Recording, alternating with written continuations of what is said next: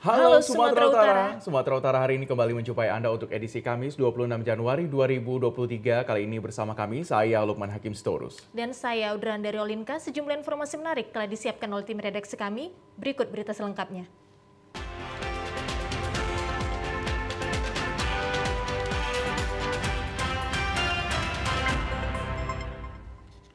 Satuan Satreskrim Polres Pelabuhan Belawan menangkap 7 orang penyalahgunaan narkoba, diantaranya 2 orang wanita. Kapolres Pelabuhan Belawan AKBP Joshua Tampu-Bolon saat menggelar paparan di depan Makopolres Belawan, Jalan Raya Pelabuhan Belawan mengatakan, ketujuh orang tersebut 2 orang diantaranya ibu rumah tangga pemakai narkoba.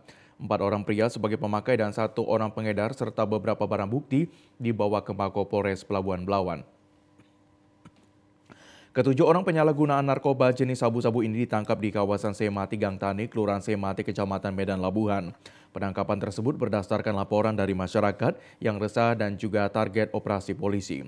Kapolres Pelabuhan Belawan AKBP Joshua Tampu-Bolon mengharapkan agar masyarakat yang melihat peredaran dan pemakaian narkoba di wilayah hukum Polres Pelabuhan Belawan segera melaporkan kepada polisi. Para pelapor akan dilindungi dan hal ini untuk memberikan rasa aman dan nyaman kepada masyarakat di wilayah hukum Polres Pelabuhan Belawan karena narkoba merupakan musuh besar yang menghancurkan generasi muda.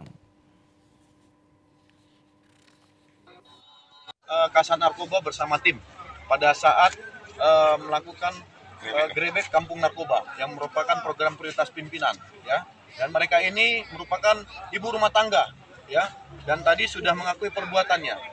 Nah, ini kami nanti akan proses, ya, karena kasus narkoba ini merupakan kasus atensi. Kami akan proses, ya, sesuai dengan undang-undang yang berlaku terkait tahanan wanita. Demikian. Angkot minibus pengangkut anak sekolah mengalami kecelakaan lalu lintas di Jalan Medan menuju Tarutung, tepatnya di samping Sitatuan, Kecamatan Sigumpar, Kabupaten Toba. Angkot yang dikendarain Parulian Sidabutar yang datang dari Porsea menuju Balige diduga melaju cukup kencang hingga menabrak bagian belakang mobil barang Colt Diesel. Mobil barang Colt Diesel tersebut tidak diketahui identitasnya dan akan memotong mobil yang berada di depannya. Kasat Lantas Polres Toba Kabupaten Toba, Ibtu Gunawan Sihaan, dalam keterangannya membenarkan kejadian kecelakaan lalu lintas minibus pengangkut anak sekolah dengan mobil barang Colt Diesel.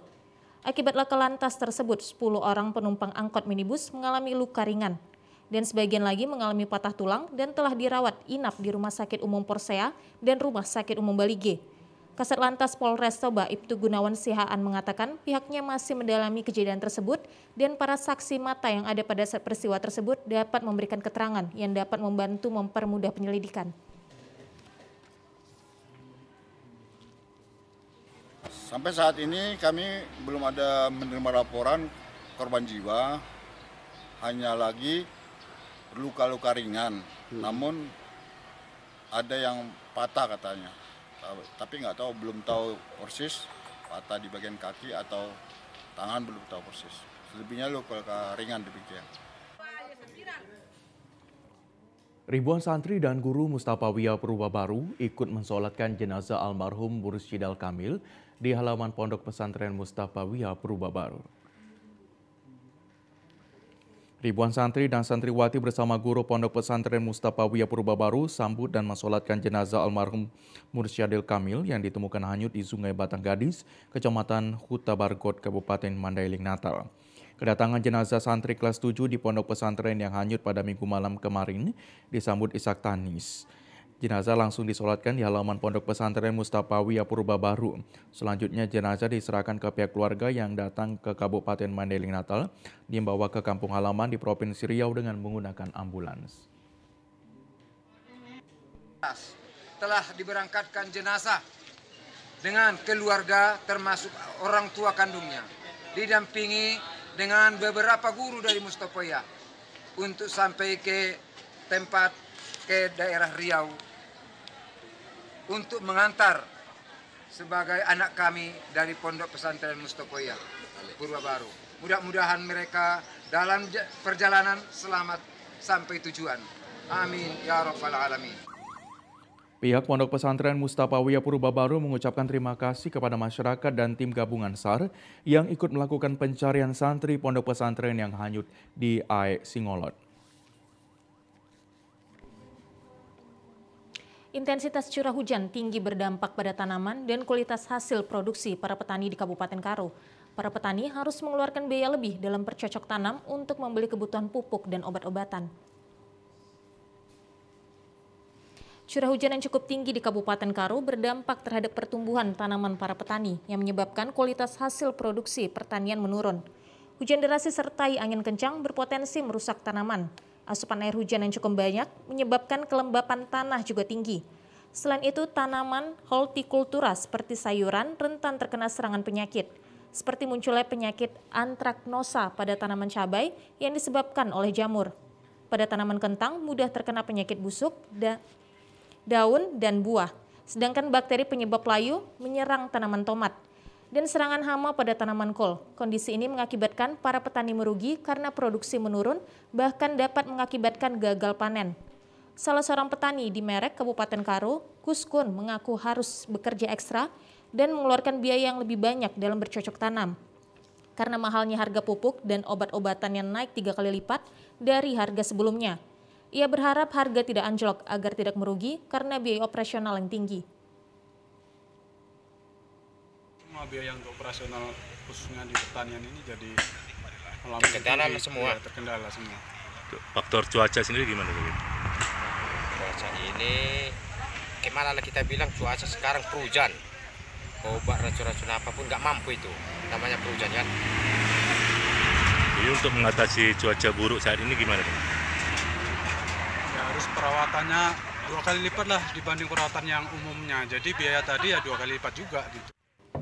Hal yang sama juga dialami petani kentang Kiara Ginting. Menurutnya tanaman harus diberikan pupuk secara seimbang dan kompos untuk mencampurkan antara yang lembab dan yang kering. Agar tanaman kentang tidak terserang penyakit harus disemprot dengan pestisida yang harganya cukup mahal. Di musim hujan dia diperbanyaklah, disemprot pakai pestisidanya yang lebih rutin. Masalah pemupukan juga diatur, ya dikurangi nitrogennya kalau di musim hujan. Kalau di musim hujan dia dibanyaki fosfatnya sama kalium, kurangi nitrogennya biar nggak mudah busuk dia. Kami masih memiliki beragam informasi menarik lainnya. Tetaplah bersama kami di Sumatera Utara hari ini sore.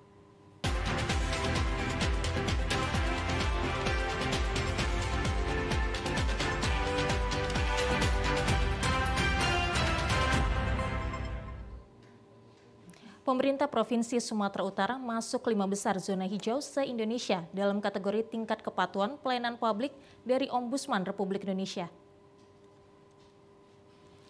Ombudsman Republik Indonesia perwakilan Sumatera Utara menggelar kegiatan penyampaian hasil penilaian kepatuhan standar pelayanan publik tahun 2022 kepada Provinsi Sumatera Utara di kantor Ombudsman Sumut, Jalan C. Besitang pagi tadi. Dari hasil penilaian yang dilakukan Ombudsman RI, terdapat 16 kabupaten kota di Sumatera Utara masuk zona hijau atau tingkat kepatuhan tinggi dalam melakukan pelayanan publik. Dan Provinsi Sumatera Utara juga terdapat di 5 besar se-Indonesia dalam kategori tingkat kepatuhan pelayanan publik. Anggota Ombudsman RI, Dadan Suparjo, mengatakan penilaian tersebut dilakukan untuk mengukur tingkat kepatuhan penyelenggara pelayanan publik berjalan di tengah-tengah masyarakat. Dikatakan hal tersebut sesuai dengan Undang-Undang Nomor 25 Tahun 2009 tentang Pelayanan Publik. Dari hasil penilaian kepatuhan akan menghasilkan 3 kategorisasi predikat penilaian, yakni zona hijau atau predikat kepatuhan tinggi, zona kuning atau predikat kepatuhan sedang, dan zona merah atau tingkat kepatuhan rendah. Kedepannya pihak Ombudsman juga akan meningkatkan penilaian dengan menghadirkan opini pelayanan publik.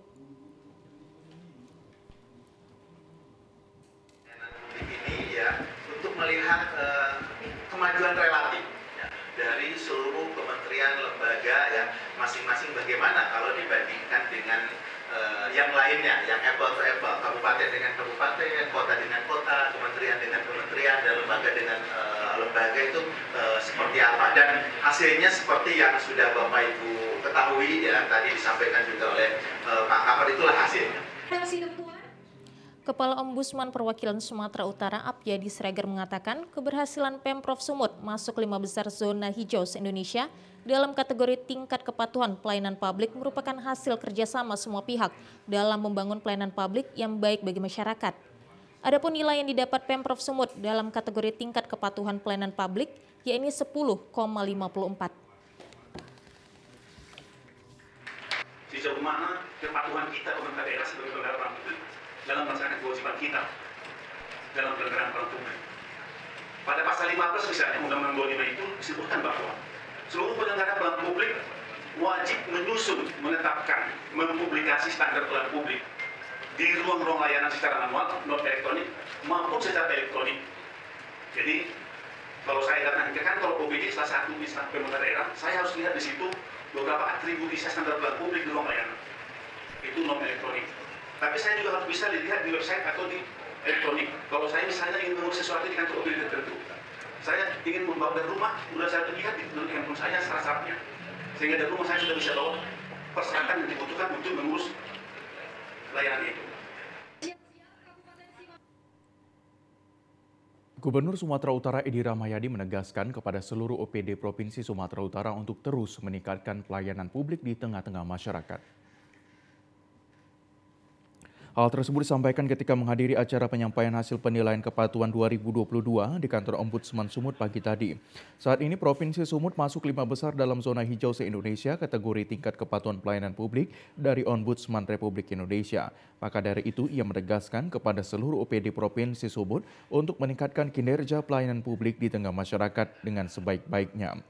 Gubernur Sumut Edi Rahmayadi mengatakan akan terus bekerja keras untuk dapat meningkatkan kinerja pelayanan publik di Sumut dengan merubah daerah yang masih berada di zona merah menjadi zona hijau dalam penyelenggaraan pelayanan kepada masyarakat. Ia berharap seluruh stakeholder dapat bekerja sama dalam membangun pelayanan publik guna menjadikan Sumut bermartabat.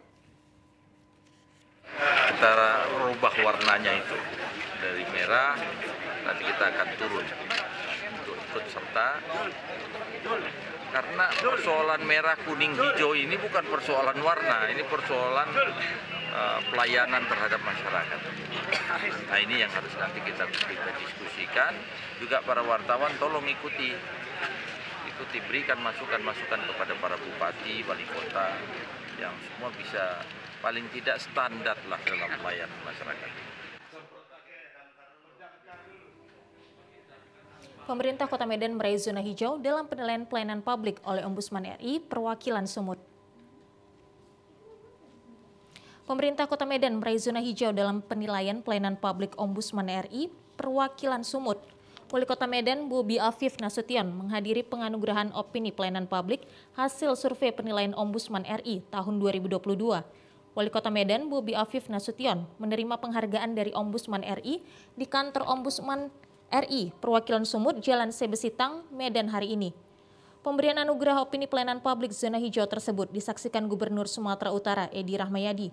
Kepala Ombudsman RI perwakilan Sumut, Apyadi Sregar mengatakan Kota Medan berhasil mempertahankan pelayanan publik dengan baik selama 2 tahun berturut-turut. Harap kepada Pak Wali Kota untuk terus mempertahankan ini sehingga bahkan perlu ditingkatkan, sehingga kemudian tahun depan bahkan kalau bisa diundang ke Jakarta nanti untuk 5 besar pelayanan tertinggi. Ombudsman RI perwakilan Sumut telah memberikan penganugerahan opini pelayanan publik hasil survei penilaian Ombudsman RI tahun 2022 ke sejumlah daerah kabupaten kota, yakni zona hijau, kuning, dan zona merah. Profesor Dr. Kusbianto SH.M.Hum di usianya yang ke-65 tahun berhasil menjadi guru besar di bidang ilmu hukum Universitas Dharma Wangsa Medan.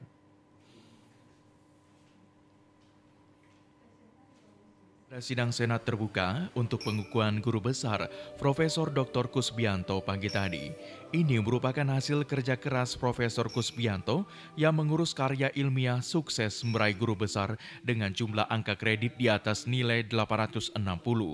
Sidang Senat terbuka dilaksanakan di Aula Universitas Dharma Wangsa Medan secara hikmat dan lancar.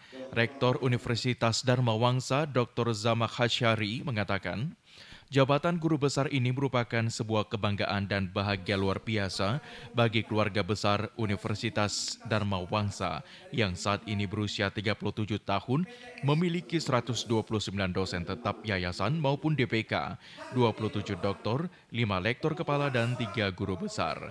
Profesor Kusbianto salah seorang saksi hidup perjalanan UNDAR yang mengabdi selama 3 periode menjabat Rektor UNDAR dan sekarang dipercaya sebagai Direktur Pasca Sarjana UNDAR. Ini wujud pengakuan negara bahwa Kusbianto benar-benar telah melaksanakan tugasnya sehingga diberi gelar guru besar. Ini juga sebuah momentum yang menjadi inspirasi dan pendorong bagi segenap dosen. Rektor akan perkuat institusi UNDAR dan berharap program Magister Hukum di Pasca Sarjana yang baru berjalan 4 tahun akan semakin baik karena pimpinannya telah memperoleh jabatan guru besar.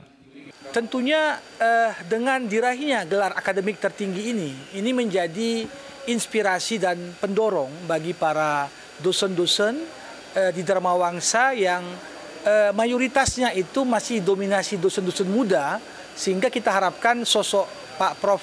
Dr. Kusbianto ini sebagai mantan rektor 3 periode, juga guru besar kita saat ini, menjadi betul-betul inspirasi dengan ketawaduannya, rendah hatinya, keilmuannya, serta tentunya amanah ilmiah yang diusung dalam setiap perkataan, ucapan, dan tindakannya.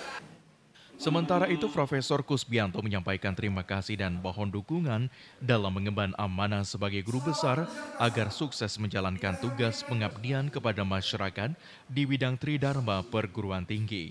Dalam orasi ilmiahnya, Profesor Kusbianto mengambil judul Sungguh Hati sebagai bentuk alternatif penyelesaian tanah di perkebunan. Di akhir pidatonya, Profesor Kusbianto mengucapkan apresiasi kepada semua pihak yang telah membantu dirinya sehingga meraih jabatan guru besar dan berharap ke depan dapat memajukan kampus Universitas Dharma Wangsa. Kami rasa bangga sekali pada hari ini berkat rahmat dari Allah Subhanahu wa taala kami bisa menjadi guru besar dalam bidang ilmu hukum di Universitas Dharma Wangsa. Tentunya harapan kami juga bisa tetap terus mengabdi kepada bangsa negara dan khususnya di Universitas Dharma Wangsa.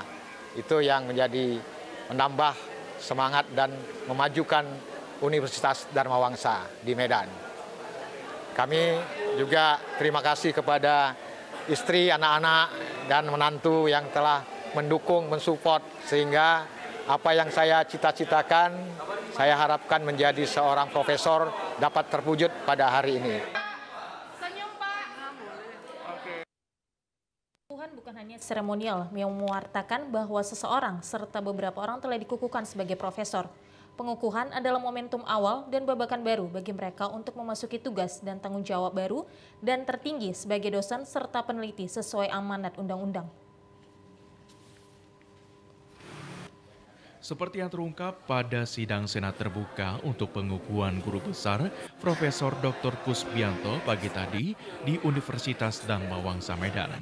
Dalam orasi ilmiahnya, Profesor Kusbianto mengambil tema penyelesaian sengketa tanah garapan di perkebunan, litigasi, non-litigasi, dan sungguh hati. Mengungkap ragam sengketa pengelolaan tanah perkebunan yang melibatkan perusahaan perkebunan dan masyarakat penggarap. Dalam banyak kasus, para pihak yang bersengketa merasa tidak mencapai keadilan. Cara mediasi atau musyawarah yang dilakukan selalu berujung buntu. Pilihan para pihak membawa perkara ke meja pengadilan pun tidak mencapai kesepakatan memuaskan. Malah perkara sengketa tanah antara kedua semakin berlarut. Hasil penelitian, penulis menemukan bentuk penyelesaian ragam sengketa hukum agraria itu berupa pemberian sungguh hati kepada masyarakat penggarap. Formula ini mampu menyelesaikan sengketa yang selama ini gagal dicapai melalui pendekatan litigasi dan mediasi. Dalam prakteknya, perusahaan perkebunan memberikan ganti rugi kepada masyarakat penggarap berupa tanaman, bangunan, dan benda-benda milik penggarap yang berada di tanah hak guna usaha yang dikelola perusahaan. Prinsip penyelesaian sengketa dengan cara sungguh hati itu efektif, manusiawi, dan memiliki kepastian hukum. Dengan selesainya sengketa tanah garapan, maka terjamin pula status tanah yang menjadi hak guna usaha perusahaan perkebunan. Usai jeda pariwara berikut ini, Sumatera Utara hari ini akan segera kembali. Tetaplah bersama kami di Sumatera Utara hari ini sore.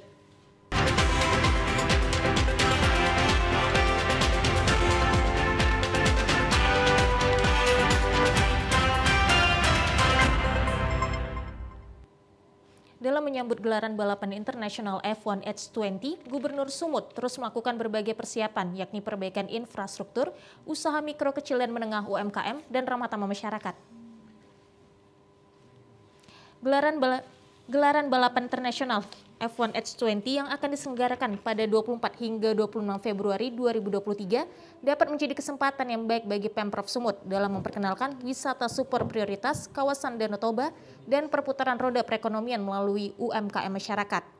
Guna mensukseskan acara tersebut, Gubernur Sumut Edi Rahmayadi meminta kepada seluruh jajaran Pemprov dan stakeholder lainnya untuk dapat mempersiapkan event tersebut dengan sebaik mungkin. Saat ini Pemprov Sumut masih terus melakukan persiapan, yakni perbaikan infrastruktur di seputaran Danau Toba, UMKM masyarakat, dan keramah tamahan masyarakat Toba dalam menyambut para peserta, serta wisatawan yang hadir dari berbagai negara. Gubernur Sumut Edi Rahmayadi juga meminta kepada seluruh 33 kabupaten kota Provinsi Sumatera Utara untuk dapat terlibat aktif dalam mensukseskan gelaran internasional F1 H20. Biasa balap di darat, Mandalika, ini balapnya di air, Danau Toba. Berbanggalah kita jadi rakyat Sumatera Utara, ada balap kelas internasional di Toba, di Danau Toba. Saat ini berada di Kabupaten Toba. Dia sampai 5 tahun pelaksananya, kalau mereka berkenan. Nah, kita berharap semua rakyat, semua ini mengetahui kecepatan 250 sampai 300 km per jam, hampir sama dengan pesawat. Itu seluruh rakyat, khususnya rakyat Sumatera Utara, rakyat Indonesia, ada dari luar pun juga internasional akan datang ke Toba. Bupati Toba Pol Taksitorus mengatakan saat ini pihaknya terus bekerja keras dalam membersihkan enceng gondok yang berada di kawasan Danau Toba agar tidak mengganggu jalannya balapan F1 H20. Diperkirakan penonton yang akan hadir dalam gelaran F1 H20 akan mencapai ratusan ribu orang.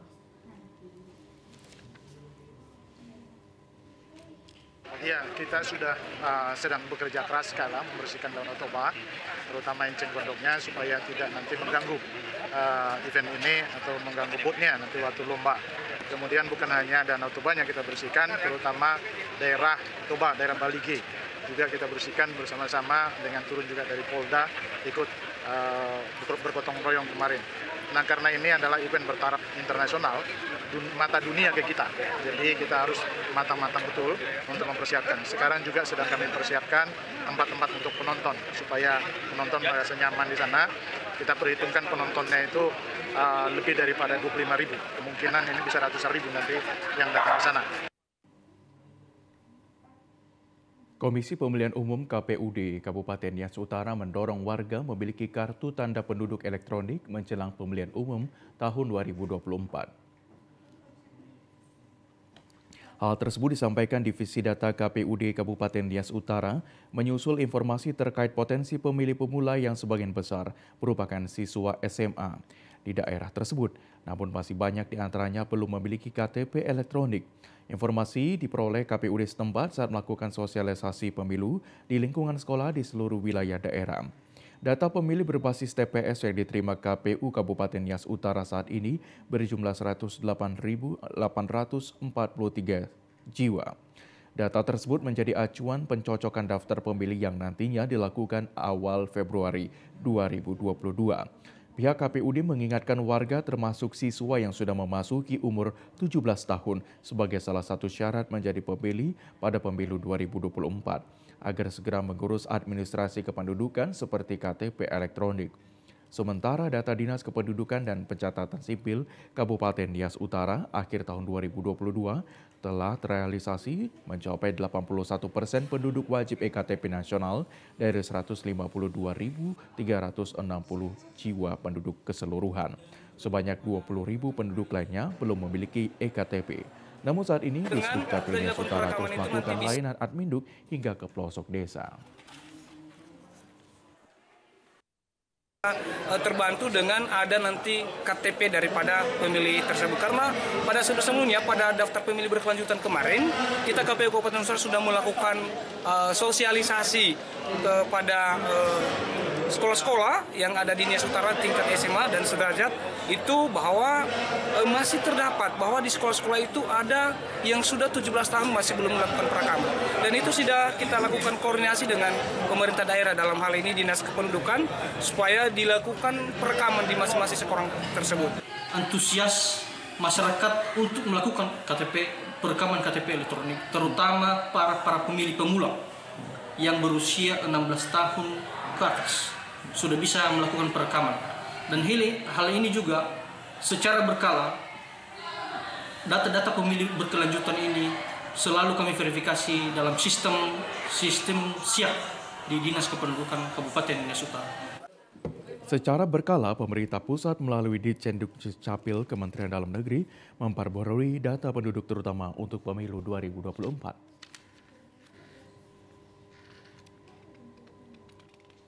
Ikan merah atau dikenal dengan ikan iblis merah semakin meresahkan para nelayan di Danau Toba. Pernah ikan ini menjadi predator ganas bagi ikan jenis lainnya. Ikan iblis merah, Amphilopus labiatus ini dituding menjadi penyebab makin merosotnya perkembangan ikan endemik di Danau Toba, pasca mulai ditemukan nelayan sejak 3 tahun lalu. Keberadaan ikan lain seperti ikan mujair, nila, dan emas, dan jenis lainnya terus mengalami penurunan yang signifikan. Para nelayan di seputaran Danau Toba mengaku resah karena mereka mengalami kerugian. Salah seorang nelayan di Kecamatan Bakti Raja, Kabupaten Humbang Hasundutan, Nasrun Lumban Toruan mengatakan, ikan iblis merah ini menjadi momok yang menghantui para nelayan di daerah itu. Karena selain memakan telur ikan jenis lainnya, juga memakan ikan yang sudah seukuran dengannya. Untuk menutupi pendapatan yang semakin berkurang, kesehariannya Nasrun terpaksa menjual ikan red devils, meski harganya yang sangat murah, yakni Rp10.000 per kilogram.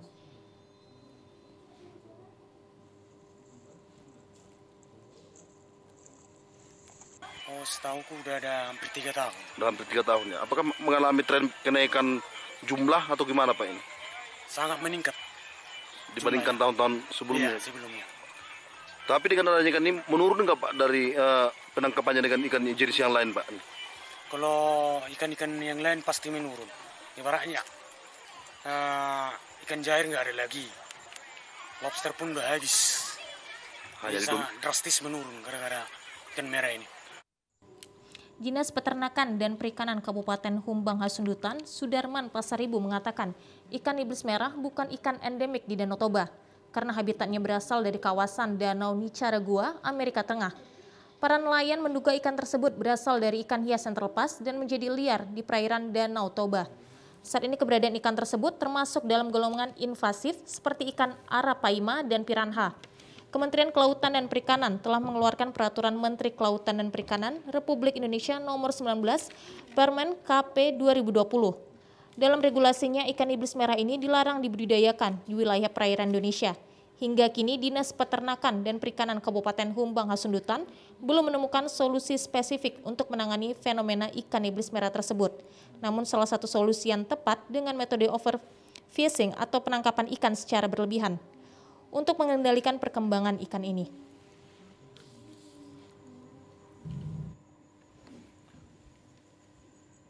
Nah, masyarakat kita nelayan terkhusus sudah mengeluh karena ikan merah ini sudah menguasai dan sudah banyak di perairan yang sudah mereka tangkap tetapi tidak memiliki nilai ekonomis sehingga mereka kewalahan dalam hal pemasaran.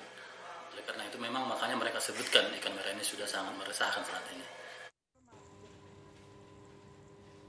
Kami masih memiliki beragam informasi menarik lainnya. Tetaplah bersama kami di Sumatera Utara hari ini sore.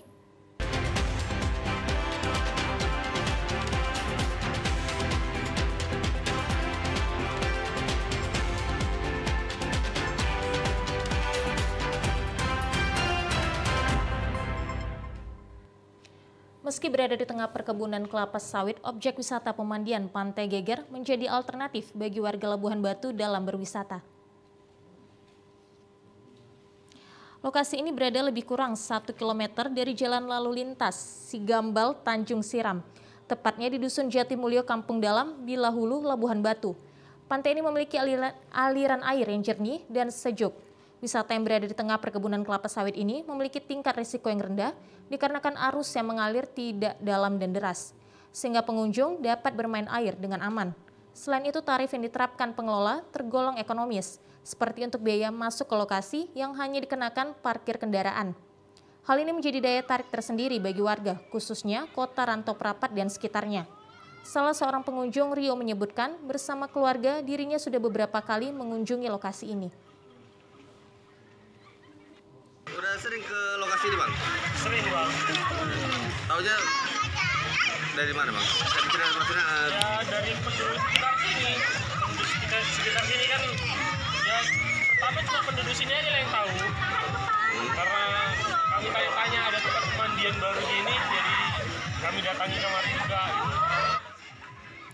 Pengelola Pantai Geger, Ahmad Syarif Nasution, menjelaskan lokasi ini mulai dibangun pada awal tahun 2020 lalu untuk mengisi waktu luang saat pandemi COVID-19 mulai melanda. Dengan memanfaatkan aliran air di tengah perkebunan sawit miliknya seluas 4 hektar. Selain menyediakan fasilitas musola dan pondok di lokasi permandian ini, pihak pengelola juga menyediakan hiburan organ tunggal bagi pengunjung yang hobi bernyanyi.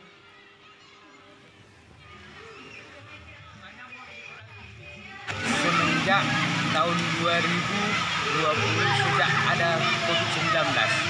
Jadi disitulah rencana saya karena ada suatu kegiatan kami bahwasanya nggak ada usaha, jadi inilah kami olah untuk sebagai cari makan kami. Di Kabupaten Mandailing Natal, terdapat pemandian air kolam Namir Miran yang ramai dikunjungi warga sekitar untuk mandi sambil berkumpul bersama keluarga. Seperti inilah lokasi wisata air pemandian Namir Miran di Desa Tarlola, Kecamatan Batang Natal, Kabupaten Mandailing Natal. Ratusan warga dari berbagai kalangan mendatangi wahana pemandian air dari perbukitan yang memiliki 3 kolam air, tempat pemandian untuk para pengunjung, mulai anak-anak, remaja, dan orang dewasa. Selain fasilitas pemandian juga disediakan pondok dan tempat ganti baju bagi pengunjung yang mandi di air kolam ini. Salah seorang pengunjung, Hairunisa Hasibuan, mengatakan pemandian wahana air ini menjadi salah satu favorit warga dari kalangan menengah ke bawah karena tidak mengeluarkan biaya banyak. Biaya yang dikeluarkan para pengunjung hanya jika ingin memesan makanan dan minuman yang tersedia di lokasi wisata ini.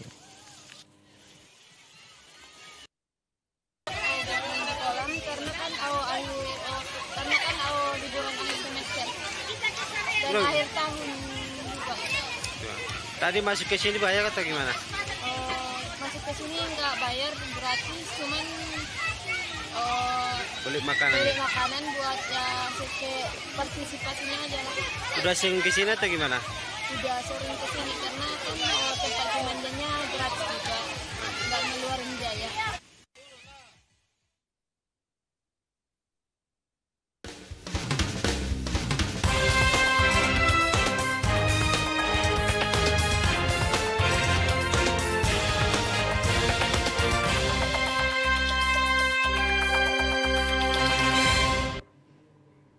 Kakanwil Kemenak Sumatera Selatan meminta calon jemaah haji tidak panik terkait usulan kenaikan ongkos haji karena masih akan dikaji DPR RI. Kementerian Agama Republik Indonesia mengusulkan kenaikan biaya penyelenggaraan ibadah haji atau BPIH tahun 2023 menjadi 69 juta rupiah. Jumlah ini naik 2 kali lipat dibanding sebelumnya. Kepala Kantor Wilayah Kementerian Agama Sumatera Selatan, Syafitri Irwan, mengatakan kenaikan BPIH tahun 2023 hanya Rp500.000 dibandingkan tahun lalu, yakni dari Rp98.300.000 menjadi Rp98.800.000. Namun biaya yang ditanggung jamaah yang semula 40% diusulkan menjadi 70%. Ia meminta calon jamaah haji tidak panik, karena usulan ini masih akan dikaji oleh DPR RI. Ia berharap keputusan DPR RI dapat meringankan calon jamaah haji.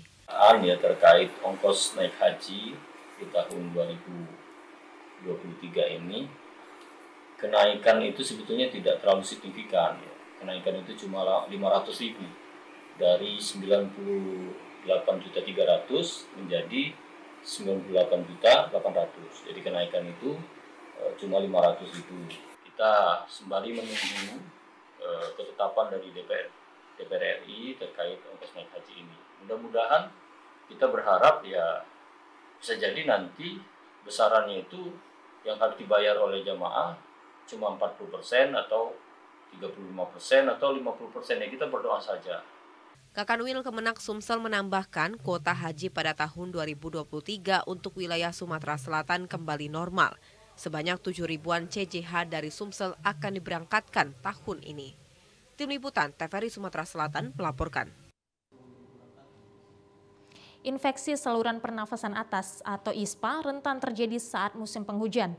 Di Puskesmas Merdeka, Kota Palembang misalnya, dalam 2 bulan terakhir, pasien dengan penyakit sakit tenggorokan serta batuk banyak ditemui.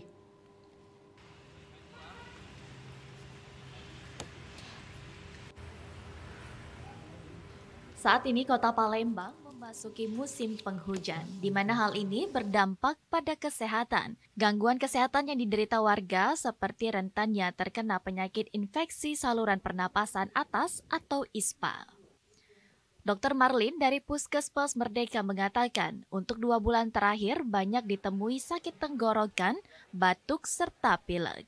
Di musim penghujan seperti saat ini, pasien dengan keluhan infeksi saluran pernapasan atas atau ISPA lebih berikan. Pasien dengan keluhan ISPA didominasi mereka dari kalangan dewasa hingga lansia. Kalau untuk 2 bulan terakhir ini yang banyak batuk, pilek, sakit tenggorokan, jadi lebih ke segi pernafasan sih, sakit pernafasan. Ini untuk musim penghujan saat ini berarti lebih meningkat ya dok? Iya benar, lebih meningkat. Iya, poli dewasa itu ya usia produktif sih biasanya ya, yang banyak aktivitas di luar kayak pelajar, mahasiswa atau yang bekerja. Gimana? Untuk lansia lumayan juga sih banyak ya.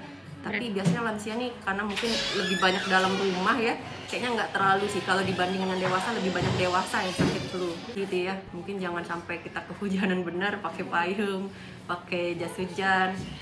Saat musim penghujan, warga dihimbau untuk makan makanan bergizi, istirahat cukup, menggunakan masker, bila ingin tetap beraktivitas saat hujan turun, agar menggunakan payung atau jas hujan, agar tubuh tak terkena hujan karena berdampak timbulnya gejala ISPA. Rizkia Amrina, TVRI Sumatera Selatan, melaporkan. Informasi tadi mengakhiri jumpa kita di Sumatera Utara hari ini sore. Mewakili kerabat kerja yang bertugas, saya Lukman Hakim Storus. Dan saya Udran Derolinka mengucapkan terima kasih atas perhatian Anda. Selamat sore dan sampai jumpa.